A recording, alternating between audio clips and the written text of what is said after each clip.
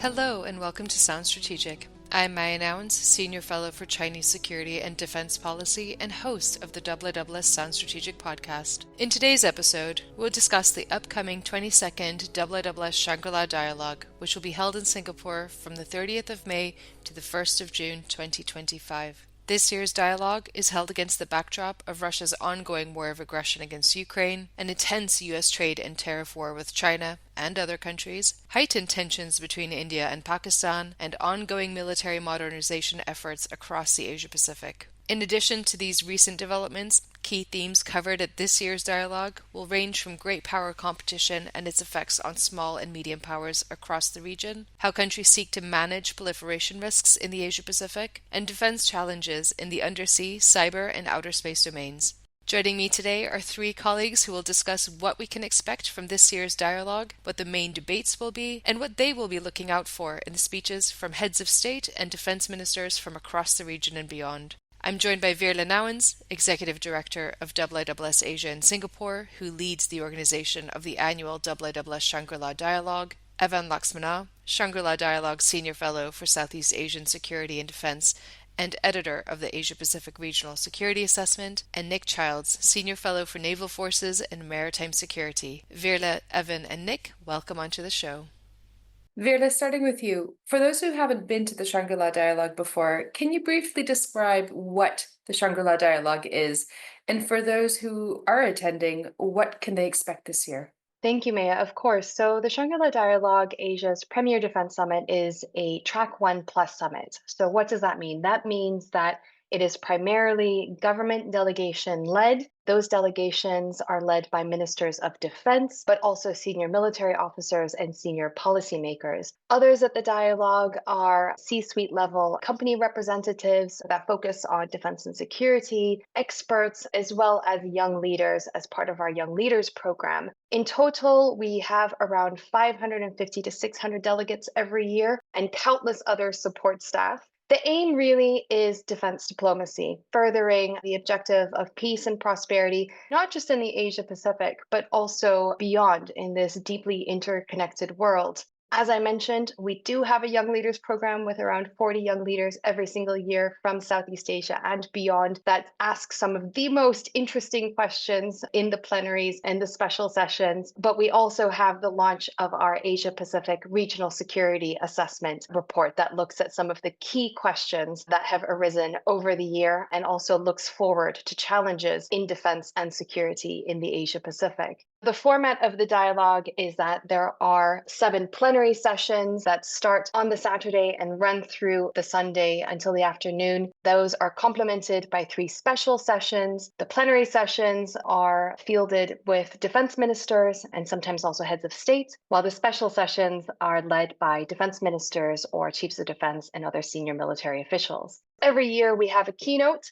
The keynote this year will be given by the President of the French Republic, Emmanuel Macron, but we also have a phenomenal special address on the Saturday straight after lunch, which this year will be given by Prime Minister Anwar Ibrahim of Malaysia. And Malaysia is, of course, also the chair of ASEAN this year.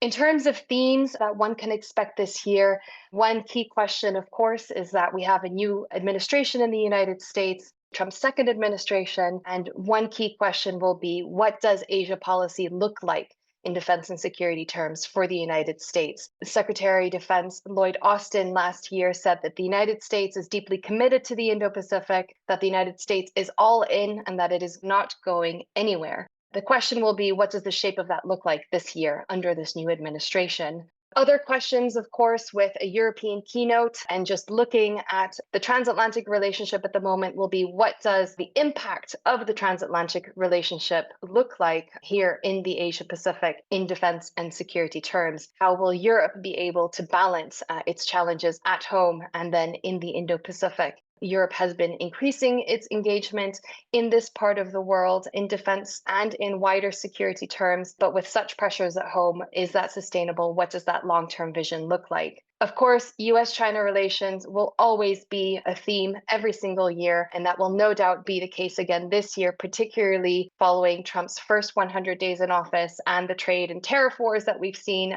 between the two countries.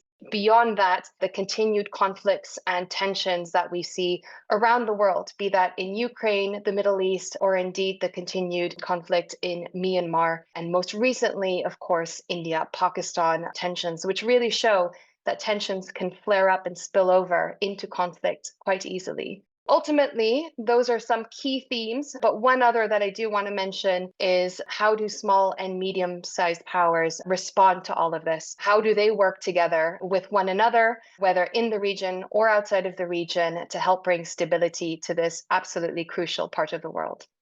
And for those who haven't been before or who those this year aren't able to attend in person, what do you anticipate the atmosphere to be like at the Shangri-La Dialogue this year? It's obviously a very busy summit. There's lots of things happening on the sidelines. Do you think the atmosphere will be an optimistic one or one of greater instability, perhaps, and concern around that?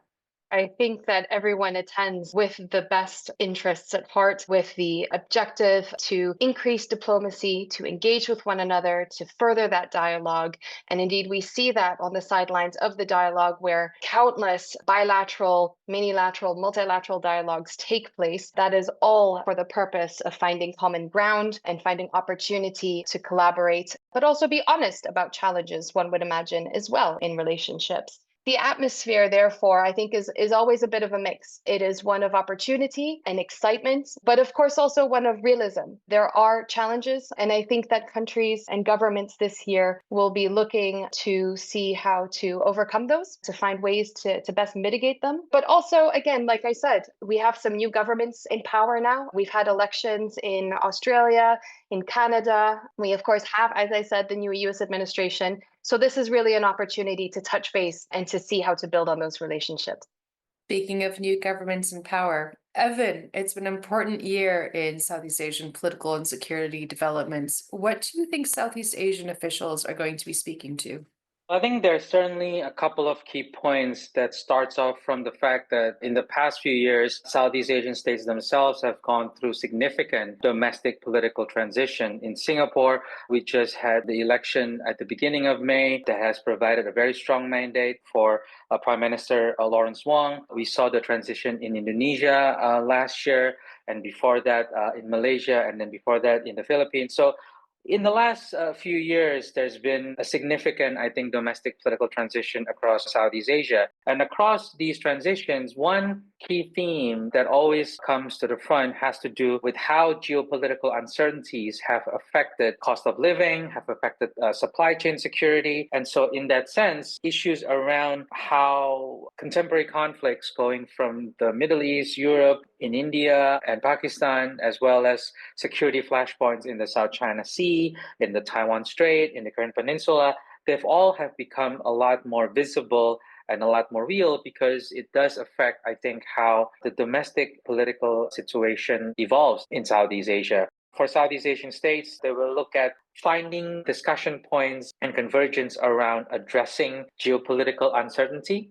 The instinct, I think, will always be trying to find stability through communication and dialogue, whether it's through a multilateral mechanism such as ASEAN. So you'll see ASEAN in most of the key speeches from the Southeast Asian states, whether or not we are at a stage when ASEAN mechanisms such as the East Asia Summit, the ASEAN Regional Forum will be sufficient, or whether there needs to be new mechanisms that individual Southeast Asian states should be considering. And this relates to the second point, which is out of the geopolitical uncertainty and out of the need to secure domestic legitimacy, I do think Southeast Asian states are more willing to entertain alternative multilateral settings or groupings such as BRICS and others. Now, there are certainly debates, even within the respective Southeast Asian states, about the utility of some of these mechanisms such as BRICS, OECD, and others. But certainly the search for alternative partners and more equitable international system is certainly a part of that conversation. And lastly, I do think that the Southeast Asian states will ultimately still very much focus on the sense of addressing both traditional and non-traditional security challenges that they have to face on a daily basis. It's certainly the case that strategic flashpoints like the South China Sea is high in the list of key challenges. But on a day-to-day basis, Southeast Asian states must also deal with scam centers, illegal fishing, transnational security, armed violence in Myanmar, certainly. We see this, for example, over the past month or so after the earthquake, things have actually gotten worse in Myanmar. So this mixture of both long-term strategic challenges that seems existential with the day-to-day operational security challenges will still be high in the minds of policymakers across Southeast Asia as well. As Veerle mentioned, the US and China relationship is always an important one at the Shangri-La Dialogue, with the two defense ministers from the US and China giving their own speeches. What do you think Southeast Asian officials and academics will want to hear from the US and China at this year's Shangri-La Dialogue? I think at the bottom line, Southeast Asian states are still in the process of figuring out if they are unable to shape the direction of US China competition, if they are unable to find ways to navigate the competition and, dare I say, sometimes even take benefit from that competition. For example, during the trade war, where certain businesses could be relocated to Southeast Asia, for example, if they're not sure now on those two things, the ability to shape US-China competition or to take potential benefits from the competition, then I think what they would like to hear from the US and China is that there's at least responsibility to communicate, that there's at least an attempt to manage their competition as peaceful as possible, but also they would ideally like to hear that the strategic competition is not exclusionary, that the instinct for Southeast Asian states thus far has always been we want to work with the US on some issues and we want to work with China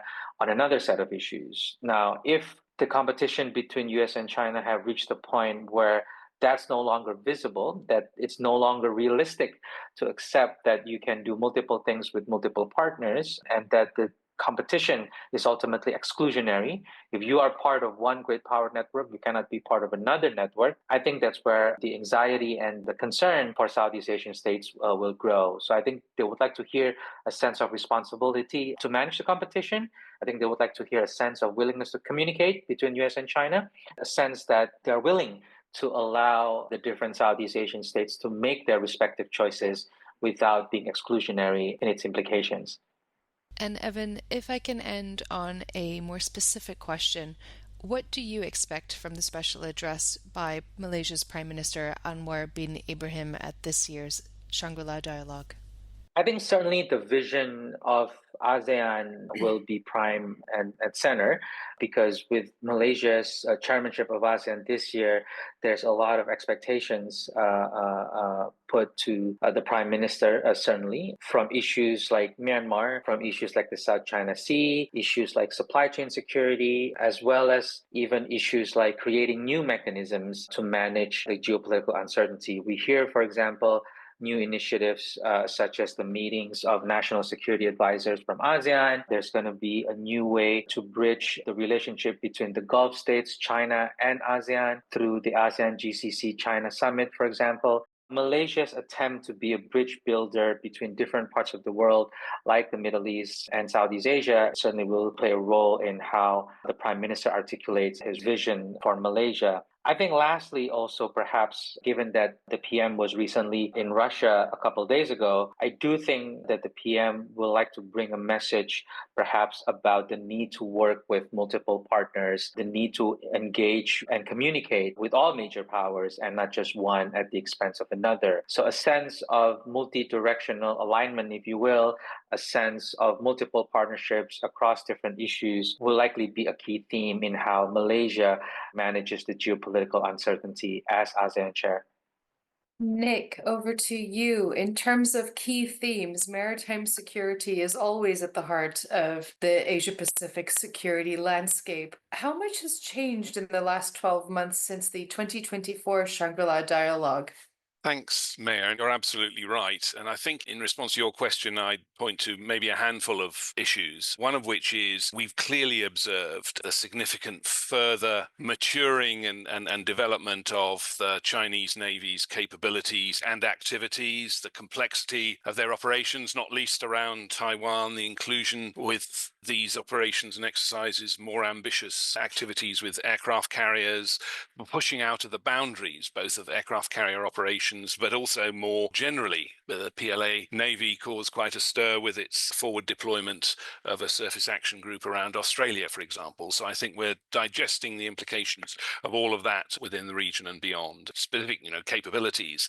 Of course, the third Chinese aircraft carrier is going through its sea trials still. It's not operational, but it will represent a step change in terms of capability, bigger, more capable than its predecessors. We've had a first of type in the world launch of an Sichuan ship by China, the first large amphibious ship of this class to have an electromagnetic catapult system. So what does that mean? The concept that will represent will be an intriguing one to see unfold, and other detailed capabilities around a new class of frigates, for example. So all that is going on, and it's having ripple effects, including significant and substantive moves in terms of modernization amongst other navies. The Royal Australian Navy, Singapore Navy, Japan continues its significant modernization as well. And all this, I think, driven by concerns not least about what to make of how China is evolving. Thirdly, I think there has been a real focus on new potential threats, particularly in the subsurface domain, particularly in terms of critical undersea infrastructure, fueled by a few suspicious incidents around Taiwan, for example. But that, I think, is a developing focus. And it is also, as you will know, a key element of the Asia-Pacific Regional Security Assessment document this year. Myself and a colleague, Jonathan Bentham, look into some of the issues around that and how that is not only developing and transforming the undersea environment, but also raising the strategic significance of the undersea environment and the development of the threats against critical undersea infrastructure, some of the new technology capabilities that are being put out there, including uncrewed systems, and more generally, submarine developments, which will become of increasing importance. The next thing I would point to, and Veerle in particular, you mentioned the keynote address by President Macron, what we will be able to learn from that in terms of how Europe is going to balance the drawback towards the home front by the security priorities and the uncertainty of the transatlantic relationship, but also the ambitions that remain, the strategic rationale for those remain in the Indo-Pacific region, and particularly in the maritime environment. We've seen a drumbeat of European aircraft carrier deployments. Leading the way was the Italian aircraft carrier Cavour. We've just had the Clemenceau French Navy deployment to the region, and the UK Royal Navy flagship HMS Prince of Wales is on its way with a multinational carrier group. The ripple effects from that, I think, will be significant, and the kind of messaging that I think people will be looking for as to whether this is sustainable in the long term. The final thing I'd raise is there's been a sudden awakening, I think, in the United States of concern about just how withered, compared to China, the industrial base of shipbuilding is in the United States, and what that means for the balance of maritime power between the two. And we've seen that it's been gripped by President Trump himself in the White House with an executive order to rebuild US maritime dominance, as the title goes, bipartisan support in Congress for a new Ships Act to rebuild the industrial base and the commercial shipping of the United States to support the US Navy. Now, that's not going to make the United States a competitor with China in global shipbuilding again. Frankly, if you'll pardon the pun, that ship has sailed. But if it transforms to some extent the US's ability to support in a broader way its maritime presence in the region, that will be significant, but it will probably also draw in, and we'll see the United States reach out to others that can support it in this part of the adventure and venture, which are major shipbuilders like South Korea and Japan, and how that fits into a more integrated maritime posture amongst key players in the region. Those would be my areas that we've seen sea change, and we will likely see more. I have to be careful asking my last question to you, Nick, because we, of course, have the editor of the Asia Pacific Regional Security Assessment on this podcast episode. But if he gives the thumbs up on our call, could you give a sneak peek of the final conclusions of your chapter in this year's APRSA? I see we just got the thumbs up. No, absolutely. As I hinted, what we are seeing is the growing significance of the subsea environment in terms of the strategic balance of power because of developments we have seen in terms of conflicts that have been unfolding in the world, in the Black Sea, in the Red Sea. They've underlined just how hostile waters are for navies, particularly on the surface. And of course, in the Indo-Pacific region, which is the pacing arena in terms of naval developments, the anti-access area denial challenges of operating on the surface at sea are significant. So that is raising the significance of the subsea environment in terms of strategic balance of power.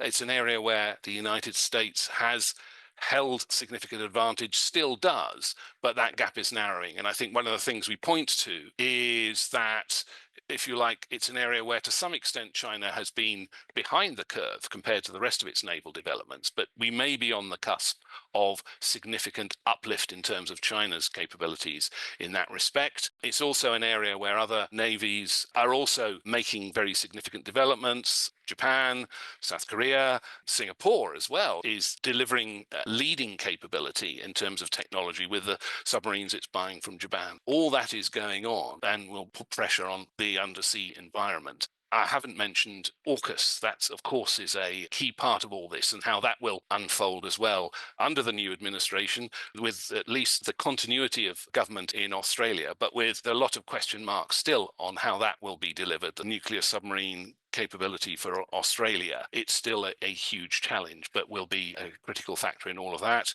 As part of that, but also as part of the general subsurface development, as I say, that the sense of awakening around critical undersea infrastructure and the networks that are involved in the connectivity of the global economy below the surface will be critical. Technological development in terms of uncrewed and autonomous systems are changing the rules of engagement apart from anything else. And we've seen that in some of the incidents that we highlight in the chapter of these capabilities appearing in places that were unexpected. That is changing the dynamic to some extent. But for now, I think it will be a combination of those kinds of capabilities and the development of the traditional subsea capabilities that will have significant influence in both the deterrence and defense elements of the power balance at sea in the region. That's all we have time for today, so thank you Veerle, Nick, and Evan for sharing your insights. And thank you all for listening. We hope you enjoyed the episode. You can find more information on the topics discussed in today's episode in our show notes. And for those who aren't able to join this year's IISS Shangri-La Dialogue in person, you're in luck. All of the plenary sessions and simultaneous special sessions, the keynote address, and the special address will be live streamed on the IISS social media platforms. You'll find more information on the IISS website at iiss.org. Please do follow, rate, and subscribe to Sound Strategic wherever you listen to your favorite podcasts to keep up to date with all the latest episodes. Thank you and see you next time.